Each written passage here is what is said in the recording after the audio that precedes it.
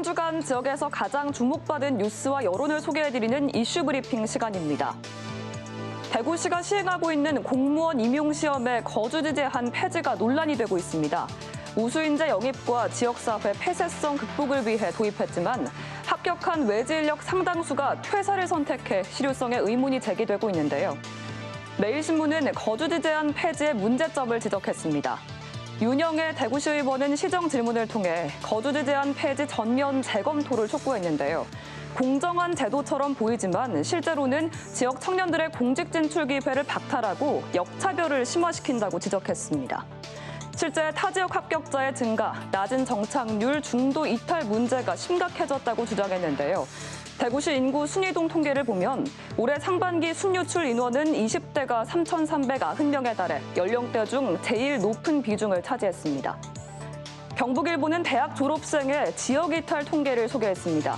국회 예산정책처의 지방대학 육성정책 평가를 보면 대구 경북권 일반대 졸업생이 지역에 머물며 취업한 비율은 2023년 42.4%, 전문대 졸업생은 56.5%로 감소세를 보였습니다.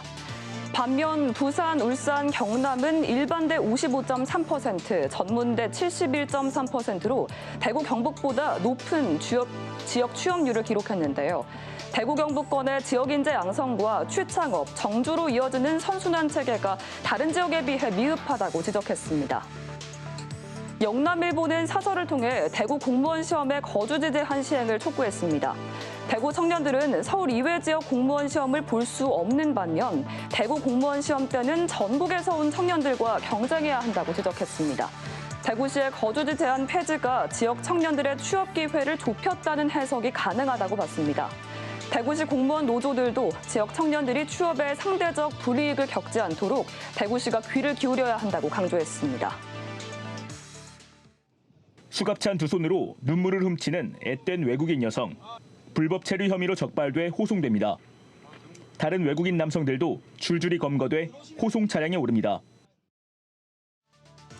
인력난을 겪고 있는 제조업체들의 불법 체류자 고용이 늘면서 문제가 되고 있습니다. 최근 경산의 한 강소기업이 불법 체류자를 대거 고용했다가 적발되기도 했는데요. 조선일보는 제조업계의 불법 체류자 고용 실태를 취재했습니다. 한 금속업체 대표는 인력 수급이 안 돼 어쩔 수 없이 불법 체류자를 쓸 수밖에 없다는 입장이었는데요. 비전문 취업 비자로 들어온 외국인 근로자도 덜 힘들거나 돈을 더 주는 곳으로 가기 위해 사업장 변경을 요구하는데요. 정상적으로 대체 인력을 받으려면 시간과 행정 비용이 들어 차라리 불법 체류자를 쓰는 게 낫다고 주장했습니다. 한겨레는 고용허가제의 문제점을 지적했습니다. 2004년 도입된 고용허가제는 기업이 외국인 노동자를 합법적으로 채용하기 위해 도입됐는데요. 이주 노동자들이 사업장 이동의 자유가 없어 현대판 노예로 불리고 있다고 우려했습니다. 전남 나주에서 발생한 지게차 학대 사건의 피해자인 스리랑카 이주 노동자도 인권 침해를 당했지만 사업장을 변경하려면 고용주나 정부의 허가를 받아야 해서 퇴사할 수 없었다고 강조했습니다. 서울경제는 외국인 이민정책 총괄부서의 필요성을 강조했습니다. 정부의 이민정책이 비자는 법무부, 취업은 고용노동부, 결혼이민은 여성가족부로 쪼개져 컨트롤 타워가 없다 보니 업무 중복과 사각지대가 발생하고 있다고 우려했습니다. 반면 일본은 2019년 출입국 재료관리청을 신설해 출입국 관리와 외국인 수용 등 관련 정책을 통합했는데요. 이민자뿐 아니라 불법 체류자 문제까지 아우를 한국형 이민 컨트롤 타워가 절실하다는 정지훈 명지대 교수의 의견도 함께 소개했습니다. 외국인 노동자는 제조업 비중이 높은 산업에서 필수 인력으로 자리 잡았습니다. 원활한 인력 수급과 인권 문제를 함께 해결할 현실적인 정책이 뒤따를 수 있을지 지켜봐야겠습니다. 지금까지 이슈 브리핑이었습니다.